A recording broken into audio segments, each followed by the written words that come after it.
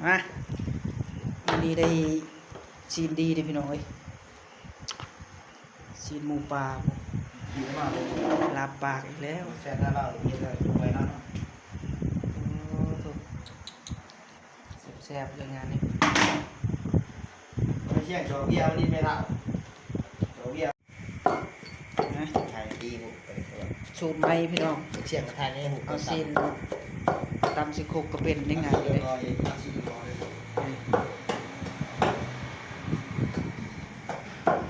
แซ่บนัวจำได้กัน